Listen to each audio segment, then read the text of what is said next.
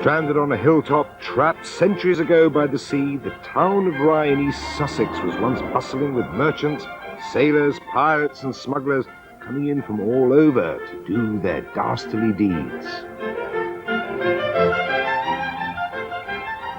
Legend has it that the town got its name from the French word la Rye, meaning a place somewhere on the edge.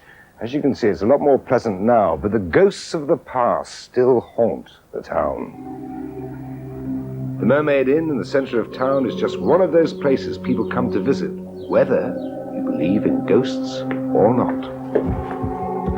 This is Kat, who's worked here for 8 years now. When she arrived, she didn't believe in ghosts, but you do now, don't you? Yes, I do. What happened? Well, we was in room 17, and I was just outside, and Emma came through and she said, the rocking chair's moving by itself.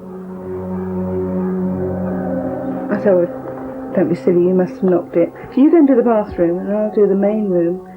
And I came out to empty the waste paper bin, and as I went in, I saw the chair moving by itself. Were you scared? Yes, I was actually. Step through this door and you step into the past. Oak beams. And the stained glass window. This is what I suppose you would call a grand bedroom. Behind this secret door, 400 years ago, a duel was fought. One man was killed and his body went down that staircase. And they do say that on dark and stormy nights, you can see him. And guess who's going to be spending the night here? There's hardly a building in Rye that hasn't got a story locked into its bricks and mortar, including the Union Inn. Steve, you're the owner and landlord of this pub, the Union, and you've got a macabre story to tell. Well, I think everybody in Rye has, but basically what happened here was, in the 1840s, this was 3 cottages. In one of the cottages lived the town's mortician and coroner. And it is a legend that the daughter fell down those cellar stairs over there, broke her neck, and obviously she died. Well, later on, we discovered a body of a baby bricked up in the wall outside in the back room.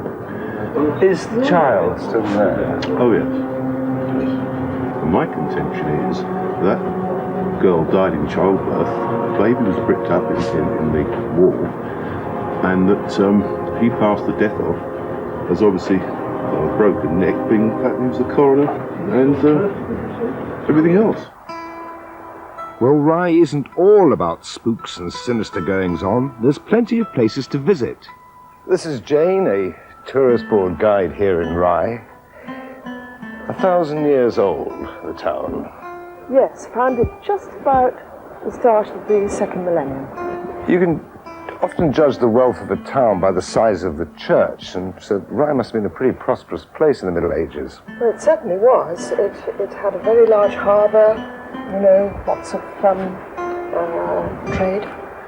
So that's one of the most magnificent clocks I think I've ever seen, with a pendulum. I've never seen that anywhere. That's quite recent. That was installed 200 years ago.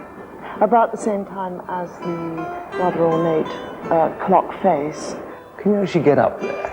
Yes, you can, if you want to squeeze up an interesting staircase. Oh, I'd love to.